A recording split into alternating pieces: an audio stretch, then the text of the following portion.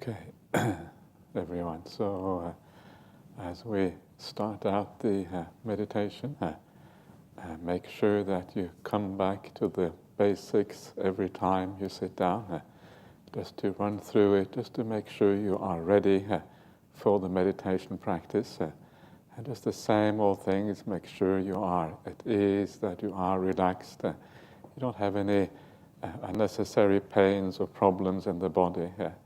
And it's surprising if you focus on the body in the right way, allowing it to relax, allowing it to be at ease. It is as if your entire being, your mind and everything tends to follow along, and everything eases nicely. And you become very comfortable just sitting there, just enjoying the peace, enjoying the beautiful environment and the good company.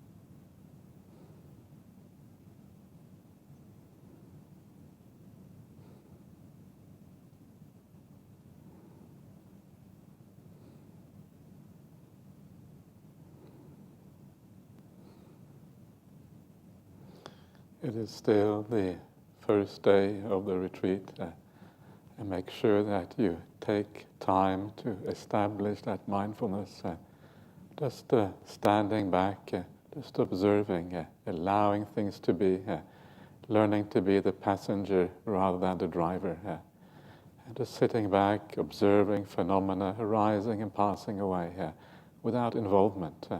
And the less involved you are, the more things just calm down.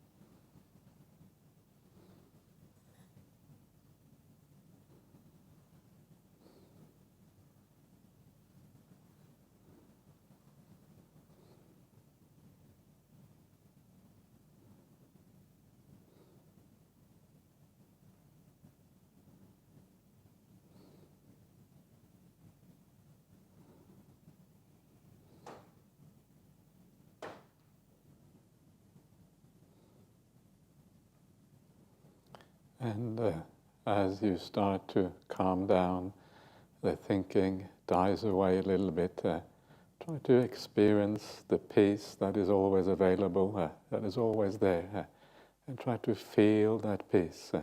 Feel the delight, the deliciousness of being peaceful inside and feeling also the peace on the outside at the same time. And allow these things to meet, especially inside of you.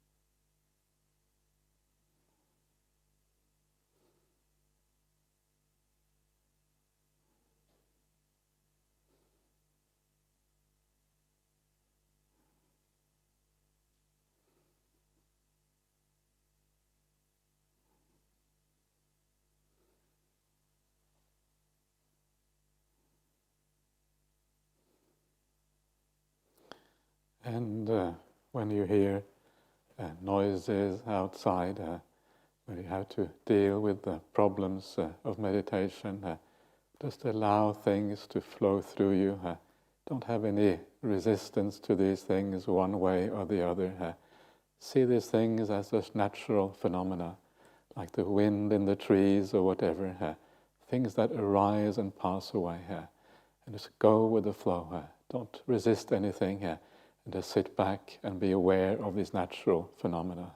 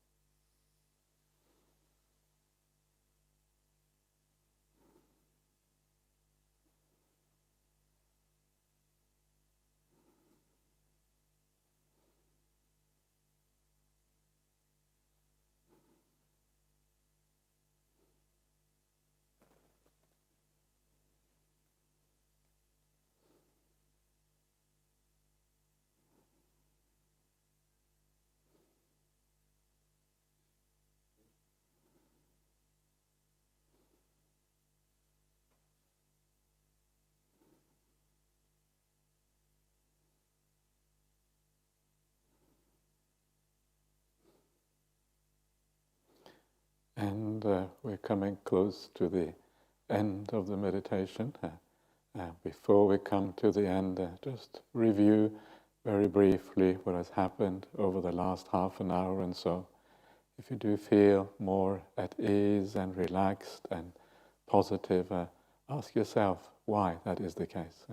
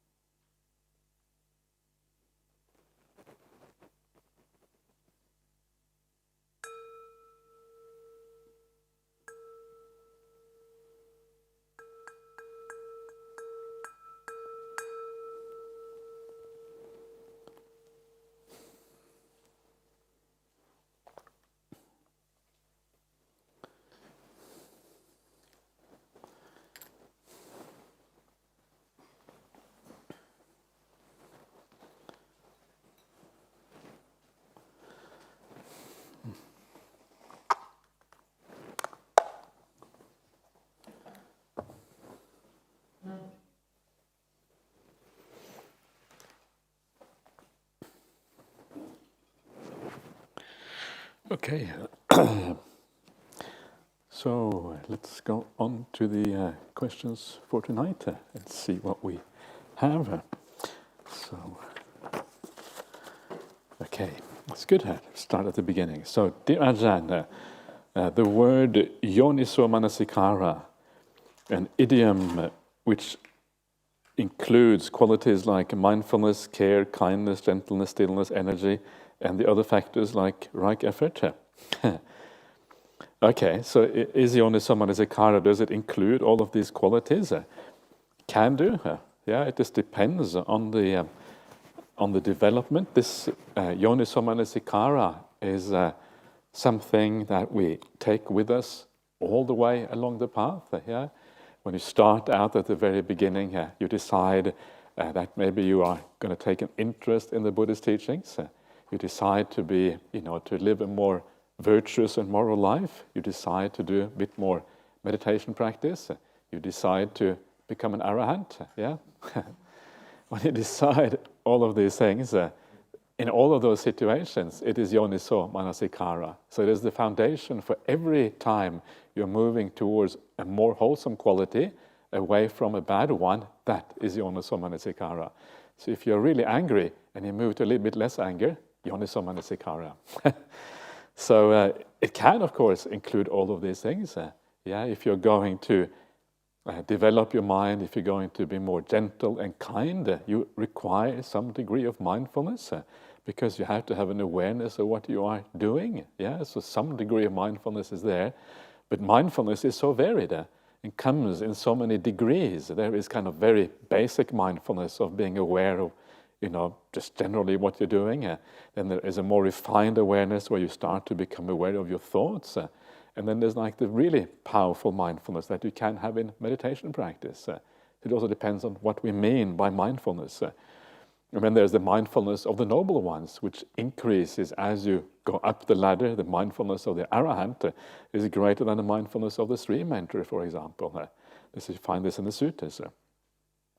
So I would say all of these qualities are there kind of embryonically, in the sense that you are moving towards these qualities. At the very least, you are moving towards them, because that is kind of the idea of moving towards good qualities. So Yoni somanasikara is more the movement towards these qualities rather than these qualities being present. Okay. If you're not happy with my answers, you're allowed to try again tomorrow. Try again, see. Not happy. Big letters, not happy, red. Try one more time. See what happens.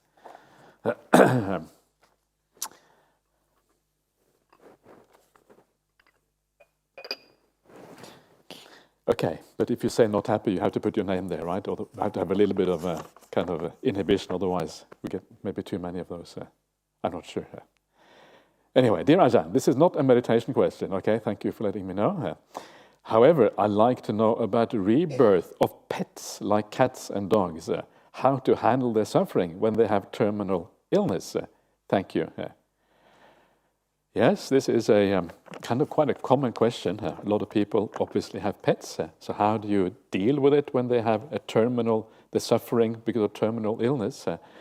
And one of the kind of nice things is that, and this is kind of, as I said just before, all the things that I teach is just kind of recycling Ajahn Brahm's ideas. That's kind of how we teach. I add a little bit, of course, a little bit from the sutras, because I love to read the sutras as well.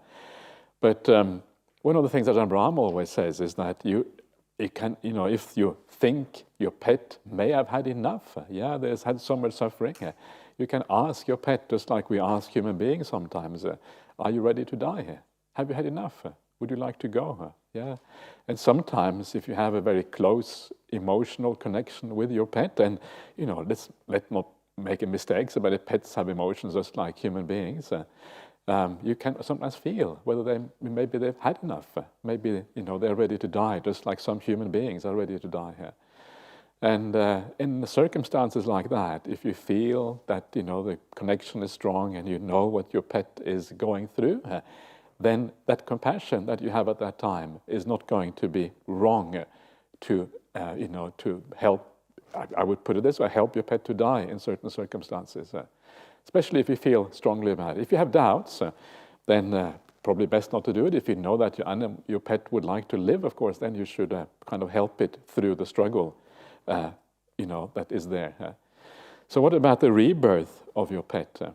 This actually touches on a very important point of Buddhist morality and Buddhist ethics, and that is the idea that in Buddhism, we are not dealing with absolute rules. Yeah, many religions or many even perhaps systems of philosophy, you have rules of ethics.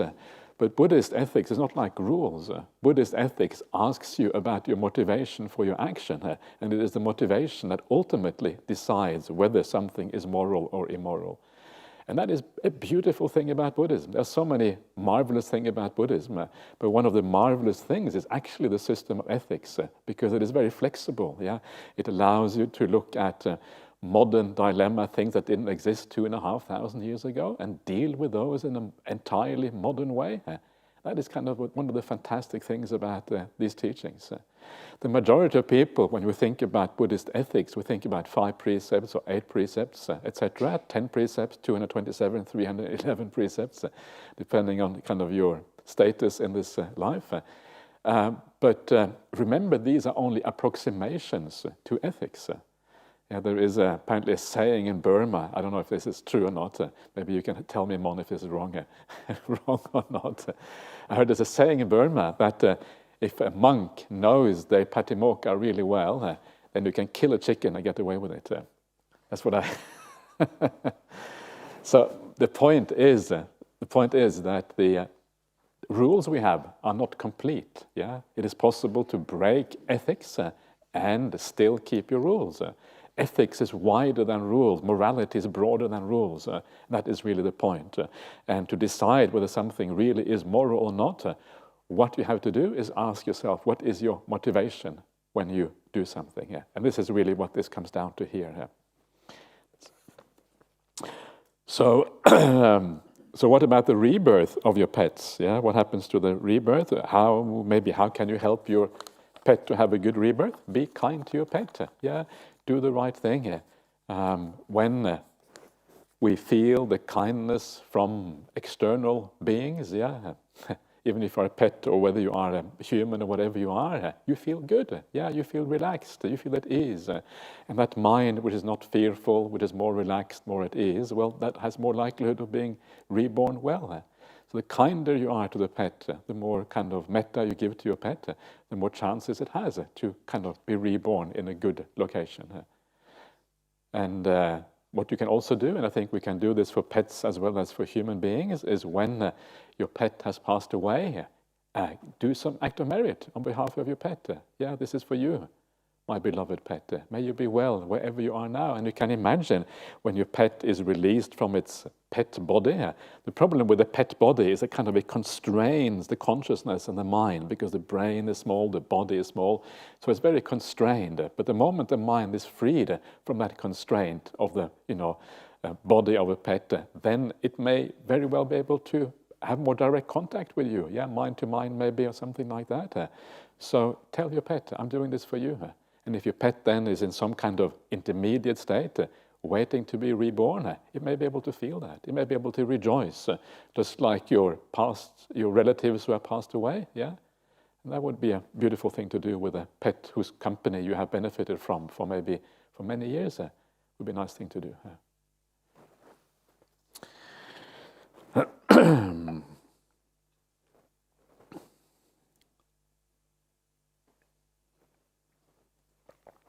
Okay, so we go on to the next one. Dear Ajahn, is there one Pali word which is gender neutral to mean bhikkhus and bhikkhunis with metta? Is there a Pali word which is gender neutral, which means bhikkhus and bhikkhunis? Maybe samanas? Yeah, samana is kind of used for, not for bhikkhus and bhikkhunis, but for anyone who is like an ascetic, ascetic. In ancient India, people who have kind of left the ordinary home life and who live a life, were supposed to be homeless, samanas. I think that might be used for both genders in both ways. So you can use samana if you like. You can call us samanas. You can call me Samana Brahmali. See what happens. And samana Gotami, Samana, etc., etc. That might be nice. Yeah. So that is a Pali word. What are the Pali words? They have quite a few Pali words which mean people who are like ascetics and that sort of thing. You have a word called paribhajaka, which is usually called a wanderer. Someone who wanders around. That was used by some of the ascetics in ancient India. So something like that. Yeah. Okay, that was an easy question. Next one, Ajahn. Recently I have been focusing a lot on understanding right view. But whilst I have conceptually understood the idea of non-self, I'm struggling to see it in my meditation and reflections. Do you have any advice on how I can investigate non-self in my meditation? Yes. This comes up a lot in places like the Anapanasati Sutta. I can't remember now whether it's included in the suttas. Is it included in the suttas? Maybe, not sure. And in there, it is very kind of obvious how you do the non-self contemplation. And the way, it's very hard to do non-self contemplation without some kind of deep meditation experience already. So ideally, you had some beautiful meditation, you're really peaceful, really calm. And then when you review your meditation afterwards, when you reflect back on the process by which you became calm and peaceful, that is where you can start to see non-self. Yeah, because what you see when you reflect back on your meditation is that you see things, first of all, you see things disappearing. Yeah, things are getting less and less. Yeah, you know what I mean? Yeah, the body is kind of fading away a bit, your mind is calming down. Even if you have a little bit of meditation experience, you will know that things tend to fade away when you become peaceful. Things become simpler and simpler. There's less and less going on. And that is what is called in the suttas viraga, is the fading away of things. And that fading away ends in nirodha. Nirodha means cessation. So things fade away until they cease completely. That's called nirodha. And when you come to the stage of nirodha, and various things become nirodha at different times. Some things are nirodha when you enter the first jhana. Yeah, that's really when nirodha begins. And that is where you lose the ability to feel your body, to be with your five senses, etc. Yeah? And when things have completely ceased through nirodha, that is where you start to see non-self. And the reason is because when things have ceased completely, you cannot access them anymore. Yeah? You don't have any access to these things. If you are in a state of deep samadhi, you cannot even access those senses. The will can no longer be accessed. And something that cannot be accessed is by definition non-self. You will straight away know that this can have nothing to do with me, because anything which is the real you should be able to access it whenever you want. That's the definition of a self. That is how we relate to our own personal experience of a self. Yeah? So this is how you start to uncover this. Seeing things ceasing, ending, and then understanding you can't access them, and then you know this cannot be me. This must be beyond. It's beyond my control, and that's why it's got nothing to do with me. So this is how you start. This is how it kind of begins. You can also reflect more generally. It won't really have probably all that much impact, but you can reflect on things being out of control in your life. Yeah. This can be very useful. Remembering how your thoughts are often not really in charge of your own thinking mind. I'm sure all of you, if you were really in charge of your thoughts, you would have metta all the time, right? You always have metta. Oh, everyone is so wonderful and kind. Yay, everything is marvelous. That's what we would choose. Why can't we do that? Because we're not really in charge. Yeah. What is in charge is cause and conditions. Right? If you get a bit upset about something, then who is in charge? Well, not you, because you wouldn't want to be upset. Who wants to be upset? And yet it happens. So when you start to look at your mind like that, you start to get this feeling that actually you're not really in control of this. There's a process happening, and the process happens based on cause and conditions in the past. Yeah? Who you have been around, the kind of religion you have been practicing, maybe past life experience, your parents, your teachers, the environment you were in, all of these things coming together, they form who you are now. Your personality is formed by these things. The personality is like a trap. Yeah, you're trapped in your personality. It's a weird way of thinking about it because we tend to be proud of our personality. This is me, these are my qualities, this is who I am. But actually it's a trap, yeah. Especially if you identify with it, it becomes a trap. You can't get out of it anymore. So in this way, you start to understand this idea of non-self. One of the areas where non-self is a very powerful tool to use, and that is in the area of overcoming anger and ill will. Yeah, we'll talk about this later on. Because if you understand that people are not really in charge of themselves, that everyone is a little bit like a robot. Yeah? Do you feel like a robot? Yeah, we're all a bit like robots because we are programmed. We're programmed by the past. Our personality now is a program which was laid down a long time in the past, and now it is playing out. And it's playing out sometimes in ways that are not nice. Yeah? Sometimes we do things that we're not proud of or whatever. And once you see that, once you start to see people around you like little robots in your life, you don't get angry with them anymore. Yeah, you can't get angry with a robot. It's madness to get angry with a robot. Robot, shut up! Wait a minute, you're a robot. You don't know what you're doing. Okay, it's all right. Just carry on. So, and this is such a powerful way of thinking about people. Once you get that, that people are really like robots, you don't get upset anymore. That's why I said during the meditation. Now, sometimes in meditation, maybe you feel that someone is making too much noise. I get these kind of questions all the time. Oh, this other person is making too much noise. Please, Venerable, can you tell them not to make so much noise? And I say, of course I can't tell them that. You have to deal with this in your meditation practice. This is part of growing in wisdom and understanding, that you deal with the noise around you. And this is why I said, I don't know, you may have noticed during the meditation, I said, when you hear noise around you, when you hear people doing things, it's like wind in the trees.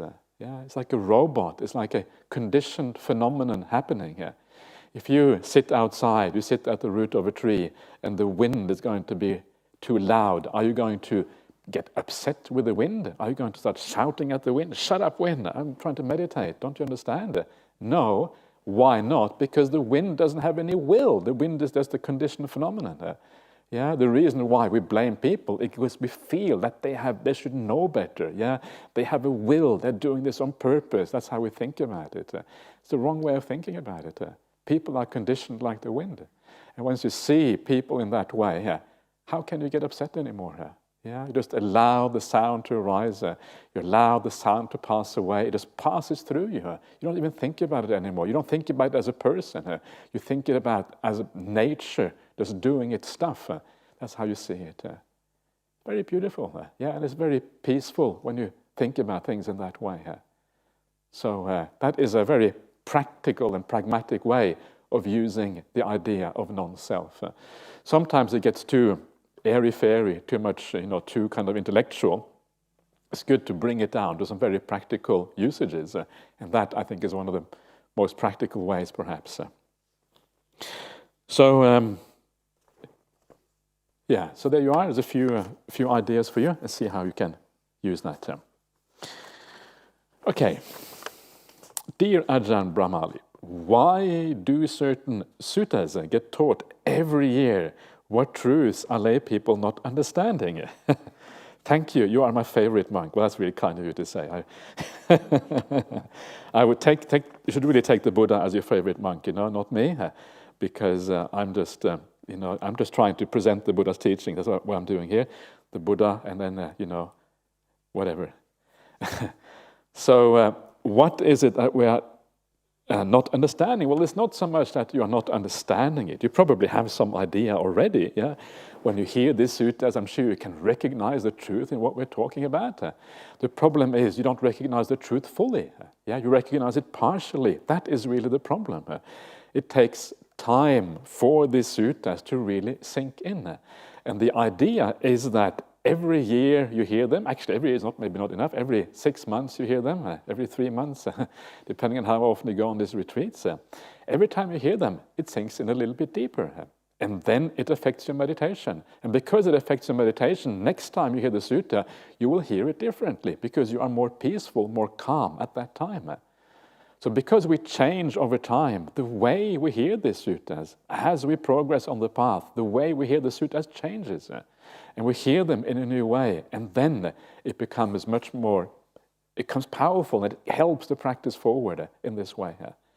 Yeah, there are certain things in the sutras you will not really understand. We just had a question about non-self. And of course that, very few people fully understand what that is. But even that can be understood partially. So everything is just a gradual movement onwards, helping you gradually uncover the meaning of these things. And that is why it is so important, as I mentioned before, to also reflect, think about this teaching, reflect about them. What do they mean in my particular life? How do I apply these in such a way that it makes a change, makes a difference in my life? We want these teachings to do something to us. We want them to improve our quality of life. That's the whole purpose. Not to reduce the quality of our life, but improve it. Not to come to Jhana Grove and Jhana Grove becomes like a torture camp. That's not the point. It's supposed to be the opposite. Someone said that meditation centers are concentration camps because you learn concentration, meditation. Kind of do a double meaning here. But no, they are places for happiness, and that's why it is so important we get into the idea of finding the joy and the ease of the meditation. Then it starts to work. So carry on. Hear the sutras every year, and you have no idea how many times I hear these sutras. Much more than you. I've just been doing, over the last 2 months, I've been doing 4 retreats like this. 3 of them online, 1 of them in Melbourne. So a lot, and I don't choose the same sutras every time, but some sutras I choose every time. Why? Because I think they are so useful. And I must admit, I enjoy it every time. If I didn't enjoy it, I wouldn't teach it. So anyway, good luck. Okay, so we get to the next one. Dear Ajahn, so craving through any one or more of the 6 senses a way to is craving through any one or more a way to rebirth? Thank you. Yes, craving is the way to rebirth. That is correct. It doesn't matter through which sense it is. Any one of the 6 will do, and you will get reborn as a consequence. So that is the problem. This is what the second noble truth is about. The tanha, the pornobhavika tanha. Pornobhavika means rebirth leading. Tanha is a cause of suffering. And then it says sayatidang, kama tanha, bhava tanha, vibhava tanha, the 3 kinds of craving. Craving for the kama, which is really the 5 senses. And then the bhava tanha is more to do, and vibhava tanha maybe also includes the 6th sense as well. So all the 6 senses, any craving there will lead to rebirth. Why is that? Well, because craving, it almost kind of projects us into the future. Craving is always about the future. Craving is about wanting to be somewhere else, going somewhere else, not being satisfied with what you have already. And because it is a projection into the future, it's like we project ourselves into a new life. If you're fully content in the present moment, that projection doesn't exist, and then consciousness just stops at the end of this life. Otherwise, you carry on. Okay. Dear Ajahn, you mentioned today that it is difficult to come out of the sensory world. The Buddha gave us a very useful tool, wise, unwise attention. The wise one is the useful tool, not the unwise one. Anyway, I know what you mean. It is so blatantly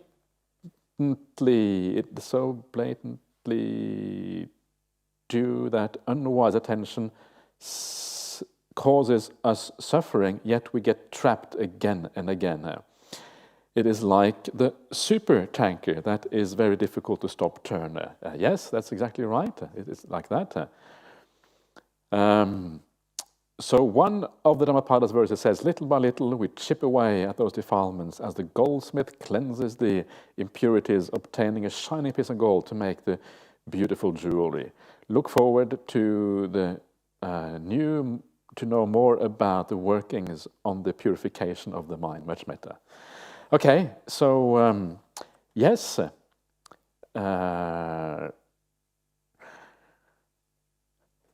so the purification of the mind, this is basically what the whole path of Buddhism is about, yeah?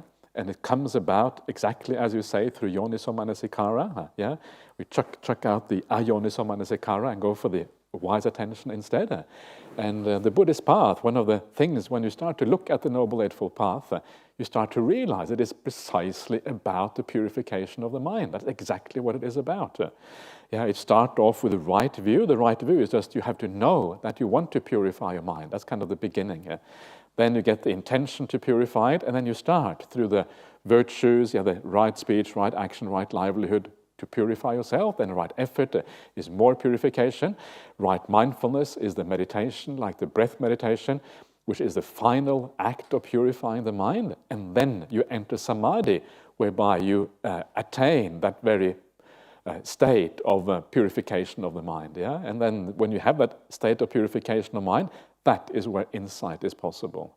So the whole path really is about purifying the mind. And that is what Yoni somanasikara does.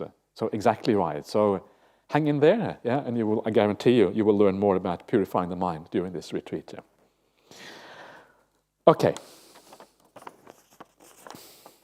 Dear Ajahn Brahmali, I find myself confused as to how to investigate the truth about the different statements about the Buddha's life. For example, growing up in Sri Lanka, I was told that the Buddha visited Sri Lanka thrice. Now my Buddhist friend make fun of me, saying, well, how on earth did he get there? So I guess my question is, if you believe things like Ajahn Chah being able to read minds, then how do you dismiss the idea that the Buddha visited places by psychic power? How do we make sense of things like Muchalinda the snake? Is that mythological or symbolic? What actually happened in the 6th week of his awakening? Okay, these are very good questions. Really nice questions, and these are really worthwhile. How do we know that the Buddha did not visit Sri Lanka? Well, the reason we know that is because there is no record in it in the suttas. The Buddha never says that he visited Sri Lanka. This is I don't know where this myth is first written or where it comes from. I'm not even sure. Probably one of the history books of Sri Lanka, I can imagine, like the Mahavamsa or Chulavamsa or something like that. That is probably where it was. But there is no historical basis for that idea. Yeah, it is something that kind of was evolved after the time. If you go to Thailand, they say the same thing. Oh, the Buddha visited Thailand. If you go to Burma, they will say the same thing. We have the footprint of the Buddha, it's right here, yeah, which proves the Buddha was here. Well, it doesn't prove anything like it. What it proves is that some artist made a footprint, and later on it was decided the Buddha was here. That's what all it proves. So we have to be very careful. We have to be careful to judge these things from a historical perspective, and then we have some idea of being able to decide whether it's true or not. Of course, it's very attractive. Yeah, the Buddha visited our country. It's my country. Yay, the Buddha was here. It's very easy to believe that because it feels nice. And the part of the reason why it feels nice is because of your identity with that culture. You identify with something, and because you identify with that, then it feels nice if that culture is special, or you have something special there. Yeah, this is one of the dangers of identity. It blinds us to the truth. We don't see things as they actually are anymore. This is true for all of us. Yeah, identity does that. So it is important to investigate these things carefully. I know that there are monks who go around saying these things, and when monks say these things, well, from my point of view, they don't know what they're talking about, and there's got no basis in historical fact, whatever what they are saying. Can we ever disprove that the Buddha went to Sri Lanka by psychic power? You can never disprove that. You can never disprove that the Buddha went to Mars by psychic power. You can never disprove. These things are not disprovable. What we have to do, we have to go with what seems reasonable according to the suttas, and that, from that point of view, this is not reasonable. If believe things like Ajahn Chah being able to read minds, well, reading minds is something that we know from the suttas, we know looks like it is possible. Yeah, it is one of the abhinyas that the Buddha says it is possible to have, to read minds. And some of the ways of reading minds are surprisingly simple. Yeah, it's really simple things. The Buddha says you look at somebody, you look at the body language, and you know, okay, this person is angry. You know that's true, right? We can look at somebody's body language, you know straight away, oh, I better stay away from this person. Yeah, this is not a good time to approach them. So you can read a lot of mental content just by looking at someone. It is not, we all do that all the time, actually. So this is the first way. And then there is the more advanced ways, yeah, more and more advanced as you go down. And it is supposedly possible also to read the thoughts of a person directly, supposedly. So that is not so strange, because you find that in the suttas. Did Ajahn Chah actually read people's minds? I don't know. How can we possibly know? All we have is stories about it. I know a lot of people who say that, you know, this person can read minds. This happened to me many times. Oh, this person reads minds. I know it. I can see it. Then you know what? I can be really cheeky. So I then go to that monk and say, "Is it true that you're reading minds?" And they say, no, I'm not reading minds. Okay, and this is what I've done many times, because it is interesting, yeah? You want to really find out, how good are we at guessing these things? How biased is our perceptions about these things? And they are very biased. We tend to read things into a situation that is not there, yeah? I don't know what you think about me, but what I think about me is probably very different from what you think about me, yeah? Because our perceptions are so often so skewed and so wrong about what is actually happening and going on. So did Ajahn Chah read minds? Maybe he did. He was a very powerful monk. What is required to read minds is really just samadhi. If you have really deep samadhi, yeah, it is great. Then you can do all kind of stuff according to the suttas. So it is possible. I certainly don't discount it, but I don't believe it outright either. I prefer to have a little bit of an maybe he did, maybe not, uncertain. Yeah, I think that is often the best attitude to have to these kind of things. How about Muchalinda, the Naga? Is that a true story? Is it mythological or symbolic? This is a story that you find in the Udana. The Udana is a small collection of suttas found in the Khuddaka Nikaya, the shorter Nikaya. Khuddaka means the short Nikaya. It's the longest Nikaya of all five, but it probably was short when they started out, and they kind of kept adding to it. And the Udana is a beautiful little collection. Yeah, nice, inspiring verses, all kind of very interesting things in there. But one of the things that was discovered through a comparative study, and this is where they had the Chinese version of the Udana, compared that with the Pali one, and they found that the verses are probably more ancient than the stories.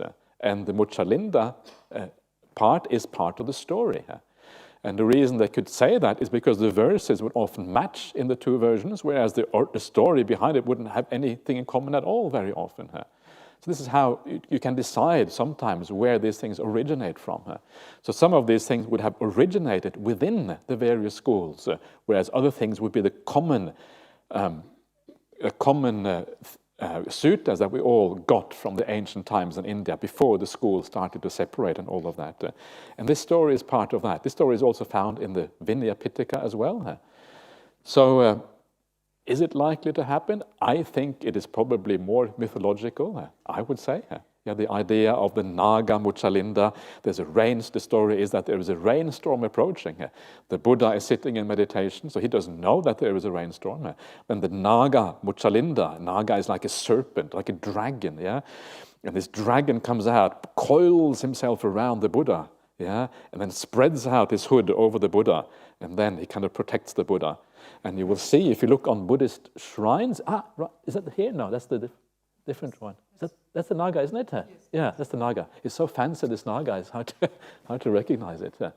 So this is the Muchalinda Naga, yeah? And then when the rainstorm is finished, the Naga uncoils, and the Naga goes into the form of a young boy, and then he stands in front of the Buddha with his hands in Anjali afterwards. That's the story.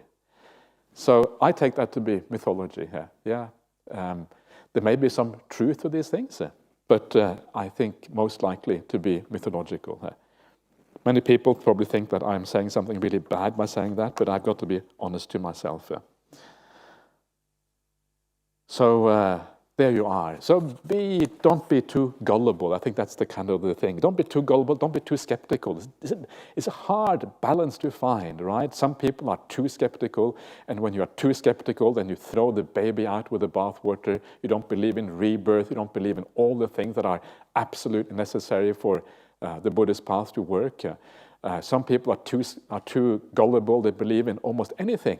And then, of course, also you have a problem because you're not able to see that which actually is essential in the Buddhist teachings. Are there such beings as Nagas? Now, that is a different thing altogether. And I think there are all kinds of beings in this world. The Devas and all these kind of things. Anyway. So, last question for tonight. Dear Ajahn, there is so many suttas.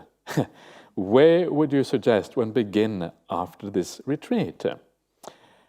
Okay, so maybe you should ask that at the end of the retreat, but I guess we can take it now anyway. So where do you begin? The most important thing is to read suttas that you enjoy. That is the thing that matters the most. Because the purpose of reading the suttas is to get into the word of the Buddha. So make sure you enjoy it. And you can start with the Majjhima Nikaya, the middle-length sayings of the Buddha. Don't start with the first sutta, because the first sutta will put you off forever from reading suttas probably. I don't know why they put such a complex sutta at the very beginning. It's called the Mula Pariyaya Sutta, the root of all things, or the roots of existence. And it's very kind of, if you read that, you probably wouldn't understand a word of what was going on, and you might never come back to the suttas again. The one we're doing now, the Sabhasava Sutta, All the Defilements, is a second sutta. It's also quite profound. You probably get more out of it, but there are other suttas that you will get even more out of. The best place to start may be with a book which I often recommend called In the Buddha's Words. Translations by Venerable Bhikkhu Bodhi, probably the foremost translator into English of Pali Suttas.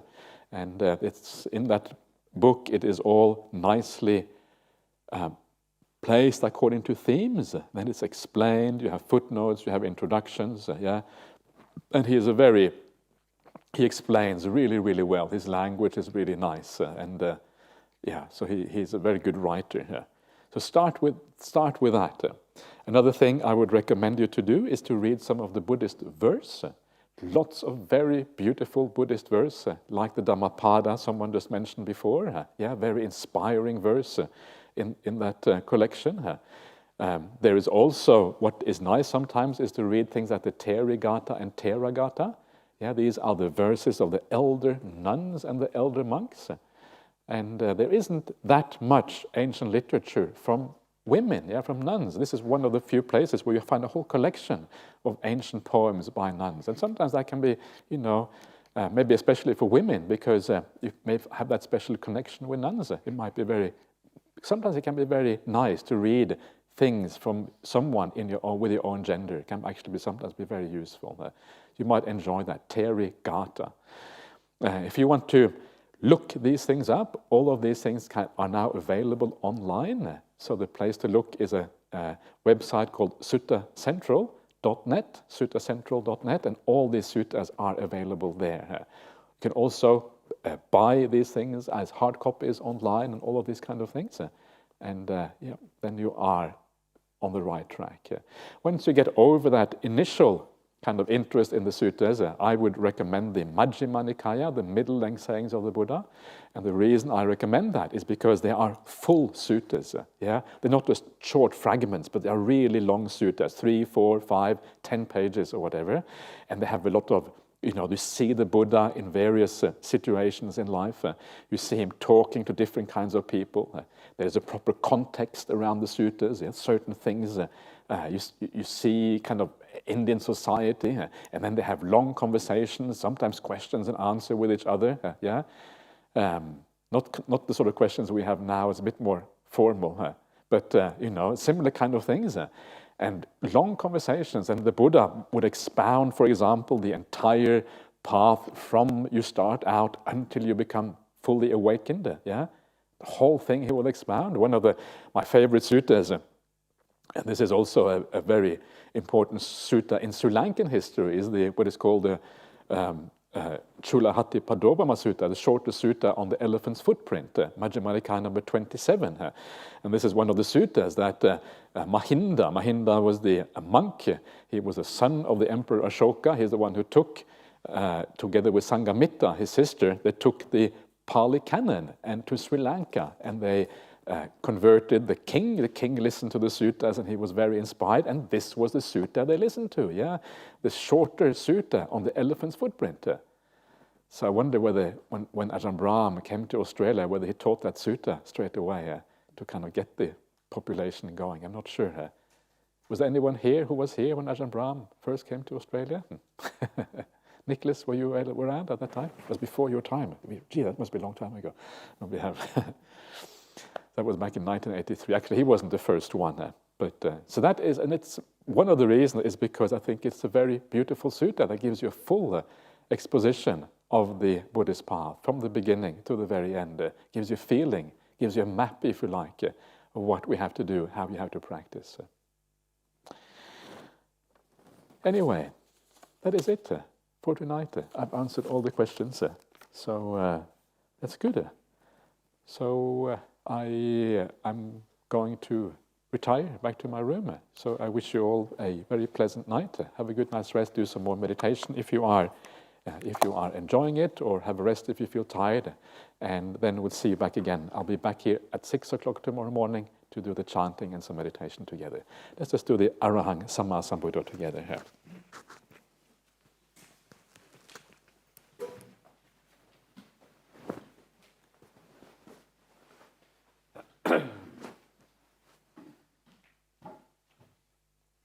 Take your time, Venerable. Take your time. It's okay. We will wait. Arahang Samma Sambuddho Bhagava Buddhang Bhagavantang Abhivademi Svakato Bhagavata Dhammo Dhammang Namasami Patipanno Bhagavato Savaka Sangho Sanghang Namami